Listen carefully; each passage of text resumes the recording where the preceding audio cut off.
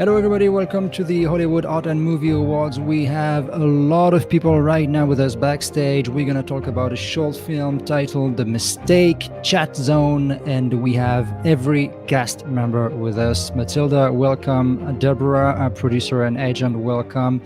Ivo, welcome. Elise, welcome. Andreas, welcome. Pedro, welcome. Joe, the director, welcome. And Gianmarco, welcome. Wow, I have a full screen here. How are you guys? Great. Wonderful, wonderful. Very good. Very well. So good to see everyone. Perfect. Did you? When was the last time, guys, you get a chance to see each other? Never. During When the we filmed it. Yeah. Yeah, when we During filmed. the shoot. You mean in person? In person, never. Yeah, In never. person, never. That's the point. And I that's don't exactly think we met in person. Actually. I met only perfect Deborah. segue. I met only Deborah. I know Yeah, she's a with Deborah. That's a good Yeah. point. Connection.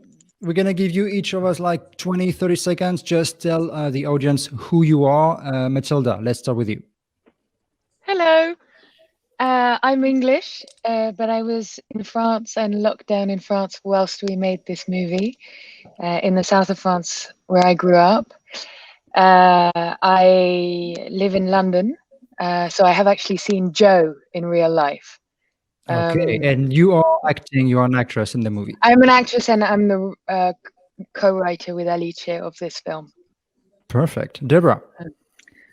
I'm an agent, and I had met Joe before we went into lockdown.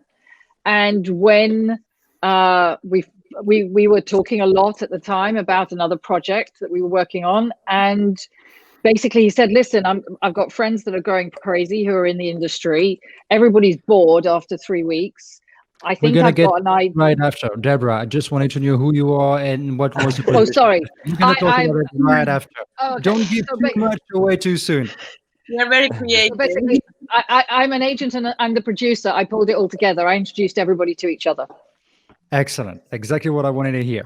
Andreas, what about you? I'm from Denmark, so I'm locked down here in Copenhagen, and I play in the film as well. And I actually haven't met anyone in person, but Deborah's my agent, and I've been communicating with her, but haven't met anyone prior to this project. So it was quite overwhelming, but a lot of fun. Excellent. Alice.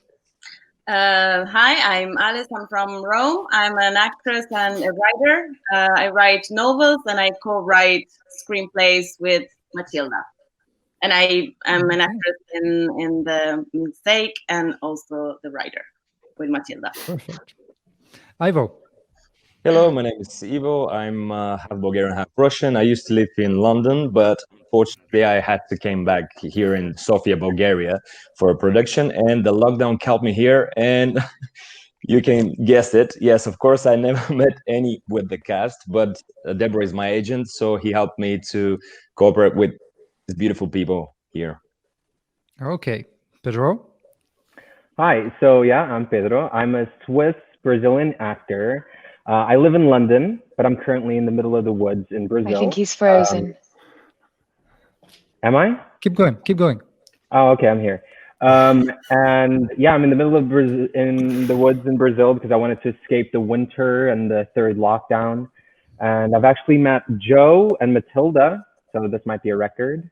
And yeah, I'm an actor in the film as well. Okay. Gianmarco, what about you? Yeah, hi. My name is Gianmarco Tavani. I'm an actor. I met Deborah, and then she called me for this project, and I was very happy to be the lead role of this project.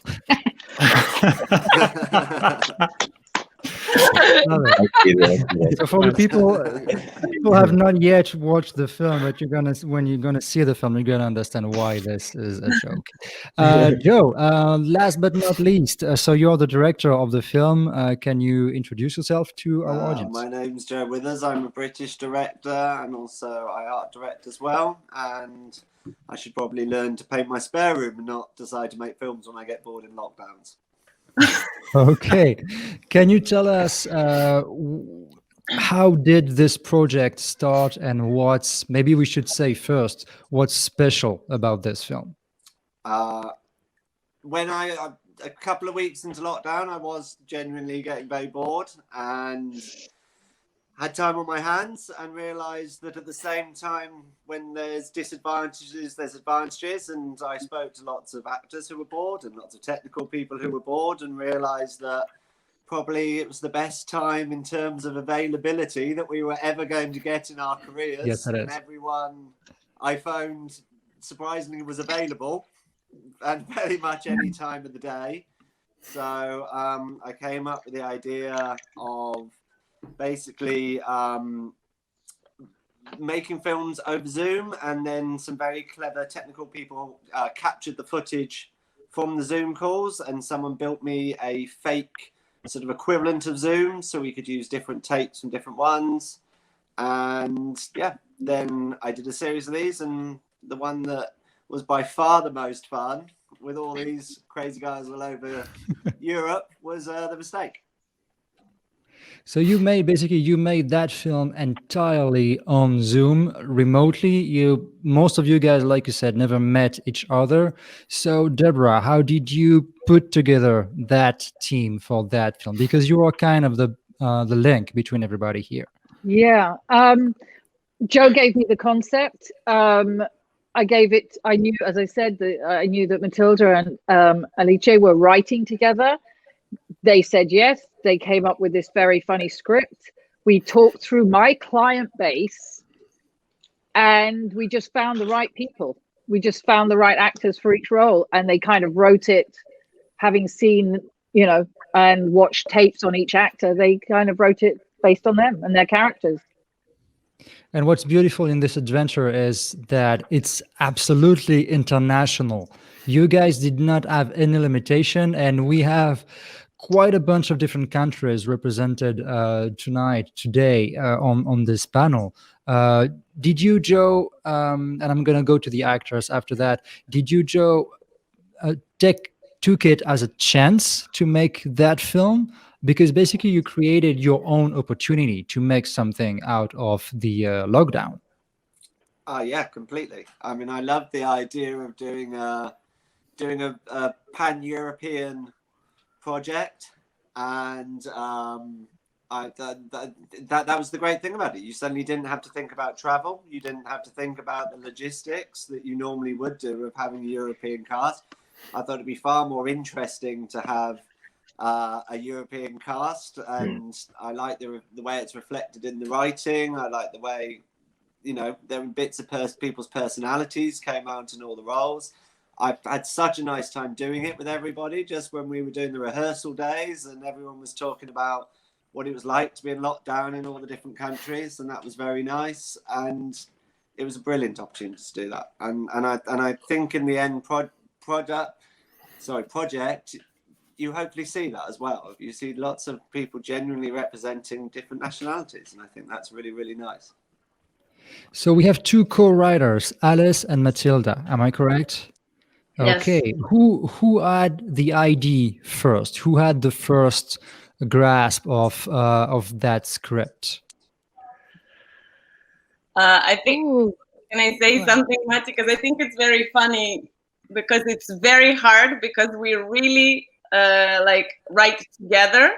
So it's just for an intuition of one of us, and then the other just take a glimpse. So for me, I don't know if you remember, Mati, but I cannot remember the one who actually had the idea. And another thing that I wanted to say about boredom is it's very funny that neither me or Matilda were actually bored in the lockdown. We were actually super busy because we were writing already something else. So when the idea of doing this came, we were like, oh no, too much things to do, too many things to do. So, we were scared. And then we just decided to jump in because the idea was super interesting for us. But I don't know if you remember exactly who got the idea, Martin. No, I don't remember. And Alice is right. And it's difficult to co-write anyway, and to co-write on, I think we were on Skype. It was absolutely exhausting. The amount of listening to your co-writer. We did 3 hours every morning, and by then we were completely spent. Whereas I think if we'd been in a cafe in normal life, we probably could have done 8 hours a day. But the kind of trying to be open to each other's ideas and yet follow our own writing impulses was very intense. But yeah, no, I can't remember. Let's go to the boys. Give them a voice a little bit. Ivo. How did you? Shouldn't we start with the lead role with Gianmarco? No, I just want to give him some space here. I mean, he Okay. needs to. Yeah, He's going to be for dessert, like, because he's the bigger role. I'm Terry at the end. You could say that. He's a gentleman. Ivo, how did you arrive in this film? How did you receive the script, and what was your first reaction when you heard about the project? Well, I was a bit confused because I didn't expect this to go wild. And when Deborah first called me and she said, we are going to do a short film. And I was like, great, during the pandemic, that's a perfect idea. We are all free. But how can we do that? Because should I buy a ticket? Should I travel to London? What are we going to do? And then she was like, no, calm down. Like, it's going to be on Zoom. And I was like, a short film on Zoom?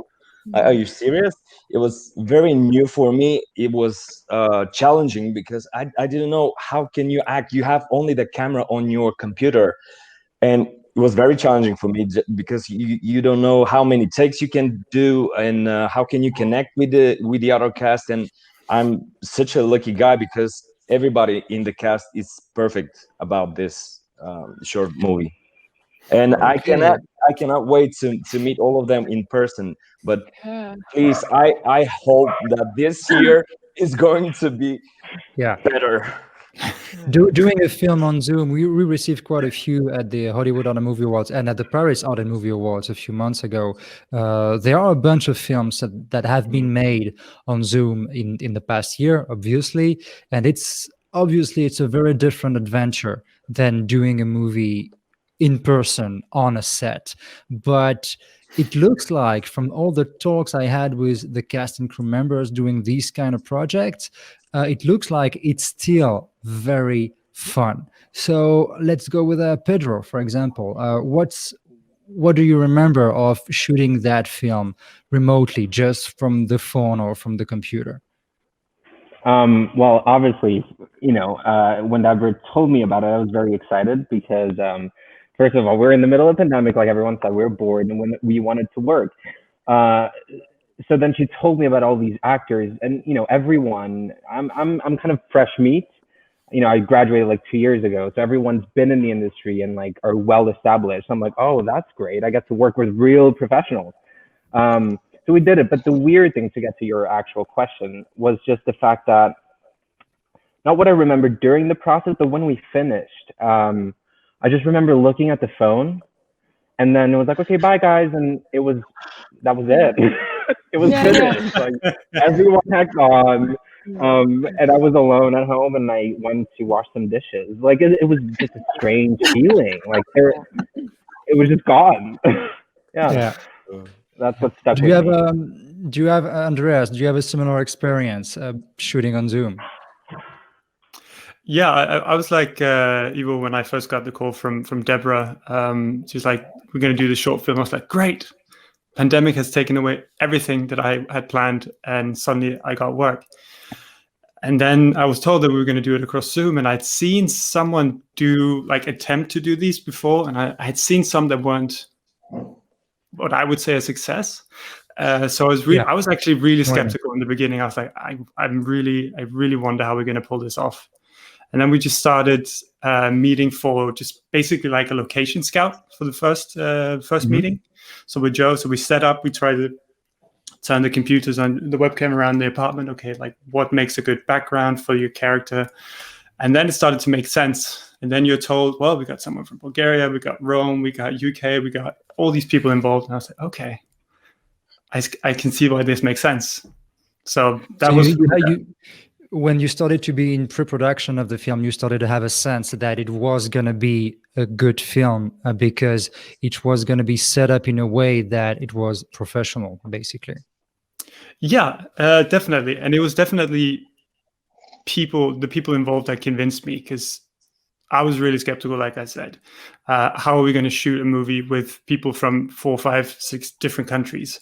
And then I'm introduced to Matilda and Alice, who wrote it. I was like, okay, I see what they've done. And then Joe jumps on board and starts to explains what's going to happen. Yeah. And then after that, everything just clicked and it just makes sense. I was like, and let's just get ready and shoot. And everything comes together. So, Gianmarco, I guess now it's time for you to talk. So, what do you have to say? Leading man. I want to hear a song.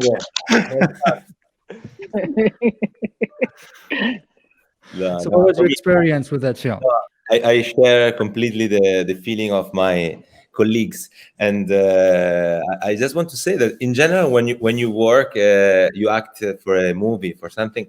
In general, the director tell you, don't look at yourself on screen. Here you were obliged to look yourself on the screen. So this was something different, that you have to, choose your frame. It was very interesting at the same time. The crew was stunning. I love to work with them. Obviously, they are here. When they will drop off, I will tell you the truth. But in general, it was very easy. Even for Joe, I remember he really drove us, like saying, "No, let's do that." So really, we were driven. Not only let's try to do something, and even more than a normal movie. So I was impressed about this experience, and for me, was a moment of life. Finally, I was alive again. These days we work together. Doing what you love. Yeah, Joe, how do you direct a movie remotely when you're not on set? I've been asking this question to many different directors now, but I'm interested in your take, especially because you play with that. You have a movie made during lockdown via Zoom or Zoom-like, and you play with that to make something different. And that's still a movie with a beginning, a middle, and an end, and a complete story to it. So how do you pilot a ship in these conditions? It's the most fun that I've had making a project in ages, because you got to do it properly. We did proper rehearsals and we ran through it for days, and we actually got to do old school proper directing and acting, where we ran through it and we could rehearse. We had the joy of, you didn't have to wait to change camera angles. We didn't have technical difficulties, and that was my attitude going into it. That once these guys were great. They spent time with me in advance, so we set up the best backgrounds we could have. We put Gianmarco out onto his veranda on his roof terrace. And once those frames were set, we had the rarest of things where there was nothing that we then had to factor in apart from performance and dialogue. Yeah, and that was great. And thanks to these guys being so amazing, I can't remember, but you guys can probably remember. We spent 4 5 hours on 2 days just running it and rehearsing it and trying things, and it was amazing, because that's not always something that you get to do. So, and also I should thank all the people who aren't on this as well, who did all the technical side of it as well, because the fact that, for example, it's been mentioned that location scouting. How did you? So you were with your actor on the phone or on a computer, walking around in their homes and their place to pick the best backgrounds, to see how it was going to look and where was the best place? Yeah, basically, I stuck my art director head on, and we realized the thing that, you had the advantage that you could create depth by having, phone cameras up against the wall to get the maximum space behind them. Found out that these guys as actors tend to live in slightly stylish, very nice places in homes anyway. The thing with this one was it was a shame, because Ivo, we lost yours because we had the roadworks outside yours, wasn't it? We were going to go outside. I wanted to try and get as much of the different European environments as possible. And we were expecting rain, so we didn't. Exactly. So, but we still had, and also we were in the middle of lockdown, and suddenly I was walking around on a video phone in Italy and Bulgaria and France and Italy and, That's cool. and Denmark. It was an amazing thing to do. It was so nice to do. Matilda, the movie is a comedy. clearly it's a comedy. Was it? Did you know since the beginning you wanted to make a comedy out of it? Yes, yes, I think so. I don't think it ever occurred to us to do anything else. And also, as Deborah said, because the actors were chosen before, we stalked them a lot, which was quite fun. We knew so much about these four guys before Oh, meeting them. really? I mean, we had to do some heavy, heavy stalking, Heavy stalking. which doesn't usually usually you write and then cast. I hope you didn't But find no. everything. My real Oh. profile is Rocco Siffredi. Yeah, you have to check. That's an Italian porn star, for anyone who doesn't know. Oh. Yeah. Thank you. Alice, what about the comedy aspect of it? Did you want to try to make to find the fun out of the lockdown, or was it just the ideas that came through to tell this story? I think that with me and Mati, even if we try to do something dramatic, comes out in a comedy somehow, like because we are made in this way. So I think we had the idea of a comedy, but then yes, it's just that we work really by instinct. So we're just we kind of let go what we what we our inspirations, and then it went to the direction of the comedy. But that's how we are actually. The movie Yes. is a little bit like it's made for actors. I mean, there's only you guys. There's no props. There's no big locations. There's no dolly to make the camera move around. It's only performances and actors. So in that sense, it reminded me of stage play. It's really it out of it comes a game, and you can see the actors having fun doing this. So I don't know who wants to go with that. Ivo, maybe. How Yeah, would you? he had a lot of Did fun. you have fun making the film? Yeah, it was a bit risky for me because it was a role that I didn't used to get when I'm like during my career. And it was a bit challenging for me because I didn't want to overdo it because he has to be a character, and I do had a research, and I do had to go for different shops, and I didn't have much time to find my props, like the cup. It was really important for my character. I don't know if you see it, but my cup had a really huge role, and he helped me about my character, like how he drinks, what he drinks.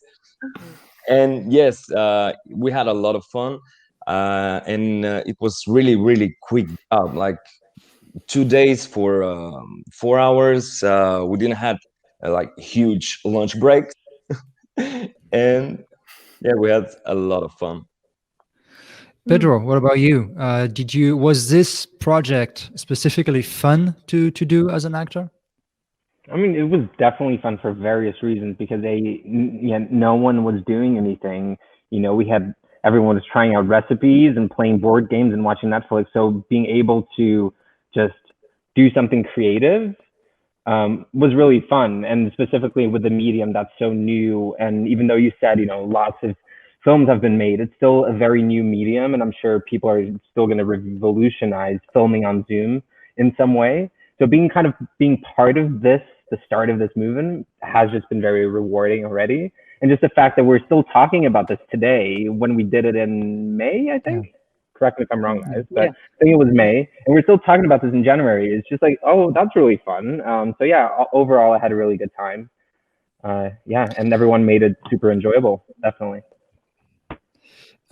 You've been Matilda and Alice. You've been writing the film, and you're also acting, starring in the film.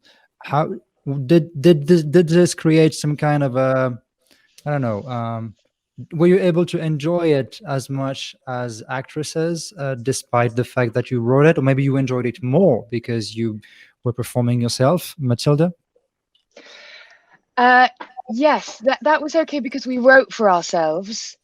So we always, with every line that we wrote, we were always anticipating playing it. It's true that when there's that weird moment where you think, oh God, I've got to learn the lines. And actually you don't have to learn the lines because you've written them. I think we all cheated. And yeah, I enjoyed it. What no one has said, and which was that it was very, very quick. And that was the thing that Joe had said, and that I think is what makes the film work, is that everyone's on Zoom anyway. Everyone's bored of Zoom, and no one wants to watch a movie on Zoom. And so the pace needs to be really, really high. And so I don't think any of us had time to figure out whether we were enjoying the acting or not. It was like, let's go for it. Yeah. I told you the well-known British phrase, that was amazing, now do it again faster. Yeah. Exactly. A lot. Andreas, what was your experience on that? Did you make any research for the role? How did you approach it? I made a little bit of research. I was kind of both fortunate and unfortunate. Fortunate to be in it, unfortunate that it's a role that I have played quite a few times. So I felt like I could just dig into some of my previous roles and previous jobs that I've done. I was cast to be this kind of like nervous, nerdy, really feeling misplaced or like at the wrong place, maybe in the right time. So I was just digging back into like childhood memories and previous roles, and then that was it. Yeah. So, but I really like the part of it saying it's really close to being a stage play, as you mentioned, because we did a lot of rehearsing, but when we shot it, it was a one take. But then we could do it again, but we did it in one take. So that's what I thought was really fun about it. And that's a perfect segue for my follow-up question, Joe. When you watch the movie, how did you synchronize every actor? Everybody, like we are right now, everybody has a little box, but everybody had to make a one take of his own dialogue, of his own box. So, for example, when Gianmarco was performing, what was he seeing, and how did you manage to organize that? So it was harder for the actors than it probably was for me, because I obviously had them all up on gallery view. So I was getting quite early the idea of seeing them. From a technical point of view, I had to very quickly give up on eye lines, because I realized that everybody was seeing different people on different Zooms. So there's nothing to do about that. But again, this was the whole nice thing with the project, was letting some of those things go and just enjoying the acting and the performances. And I think hopefully when you watch it, that is what shines through, is that it feels like a real call. It feels like, I mean, that isn't one take. It is different takes cut together from different people's footage. But it flows, and hopefully it feels like you are just the voyeuristic extra person on a bizarre video call. What about the pace? It's been mentioned, I think. She said it was very quick and the pace was very important. You didn't have much room in the editing because you had to use the takes as is. How did you direct the comedians to give it and keep that pace and that comedic rhythm of it? I think just in advance, it was the lovely thing of just being able to rehearse for once and really, really get that timing and get that pace. And we worked on a lot. I mean, not a huge amount. I mean, it was such a good script, but we cut lines, we changed lines. We had that lovely time in the days before, just to let everyone try and bring a bit their own character into all the roles, which everyone did so well. And we got the chance to work some things and try things. And then it just meant that when we were really going from it, we managed to then have the fun and bring in those last little quirks and little details, and that's what was so nice about it. And these guys and girls and everyone was amazing. Everyone just really, really had taken the time, and we worked together, and it got to the point where it just had that nice rhythm. And I did have that thing that I kept trying to say to them, that it's really weird. It needs to be quicker than it is. It's like that. I kept saying to them, you can't do it too fast, and try and do it too fast, and you can't. And it kept that pace going. What about the schedule, the shooting schedule? How many days did you Did you pack? How did you organize that? So we did. So I did an individual call with each of them to meet them. With the two with Matilda and Alice, obviously I'd got a treatment with them and really liked the idea, and then I'd got the script through, and I think we'd had a sort of script meeting. And I met each of the actors individually, thanks to Deborah, and it was nice because it meant we'd all had a call and sort of did a bit of the getting to know each other, and then we set the backgrounds, which was also a nice exercise in getting to know all of them even more. And then, everyone was so nice, so I felt relaxed with everybody already. Then I think we did 2 sort of 4-hour sessions of running it and changes and the rehearsals, and then on the day I just wanted to keep it as short as possible to try and keep that energy going and to make it really, really. And I think we maybe, can you guys remember, sort of over maybe 7-8 hours with a little gap in the middle? Yeah, sounds about right. Yeah. We ran it maybe 10 times. What do you think, guys? I think we ran the whole film 10 times or something. I will definitely lie. But for me, it was like for 4 hours, like time moves quickly when you have fun. And yes, you're probably right. It was around 6 and 7 hours because we had like 10 times during the whole thing, repeatedly. My props was a beer, so I don't remember because I was completely.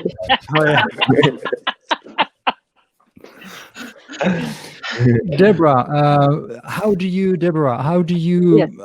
I guess you must be enjoying seeing everybody at the same time right now, talking about that film that you've been instrumental in putting together. How do you feel right now? Well, I feel incredibly proud, and this is the first time I've seen them all together in ages.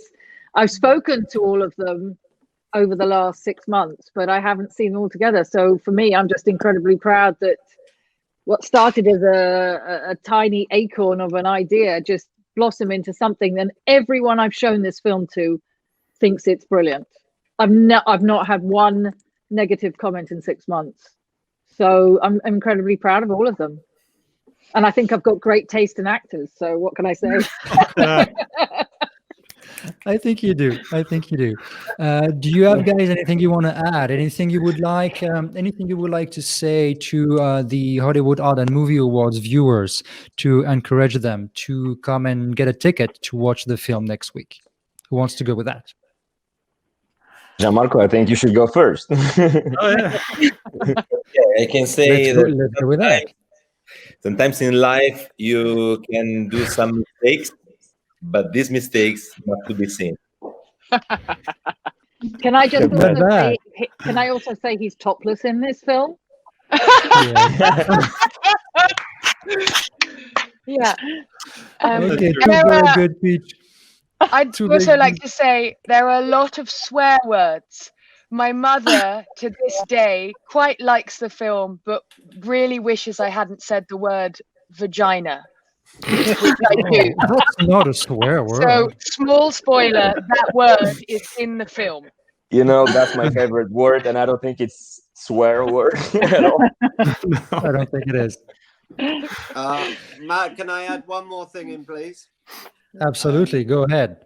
And I'm sorry to make this a political thing to go out on, but I also had one other thing that was the reason I wanted to do all this, and I'm very, very glad we did, which was in a year when we, in my opinion, made the mistake of Brexiting, I very much want to do a European project. And I hope that we can all keep doing a lot of European filmmaking that can go across all the countries. And I hope in no way that, in my opinion, this whole decision will affect any of that. And that was the other reason that Jen and I really wanted to do something European in the first year after it had happened.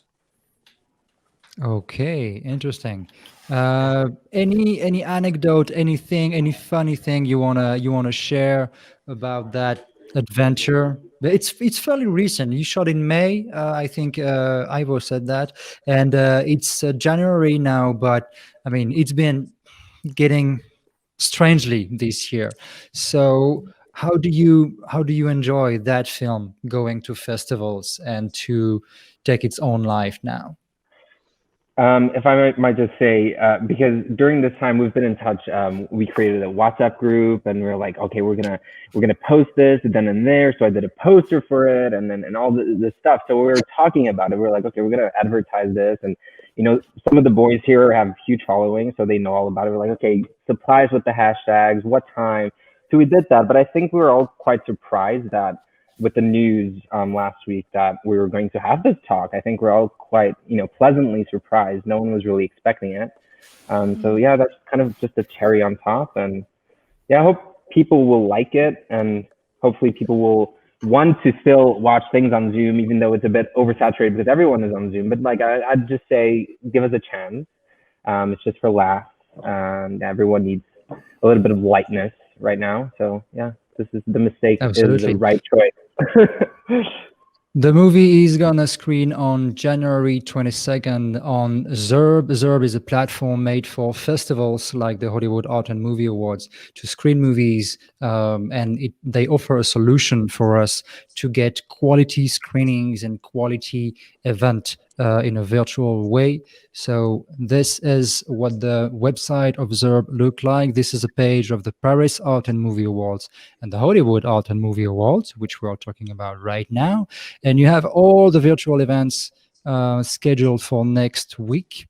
And if you scroll a little, you have Short Film International, and that's that one block, January 22nd, 3 p.m., that one block where you can see The Mistake, Chat Zone. Guys, thank you so much for being with us today and for promoting that film and for talking about it and for bringing a little bit of joy during these troubled times. And I'm pretty sure you guys will have a lot to do when the lockdown is going to be over, and I'm pretty sure you have many projects coming up. Thank you, Matt. Thank you for having us. Thank you for having us, Matt. So Thank nice you so to much. see you guys.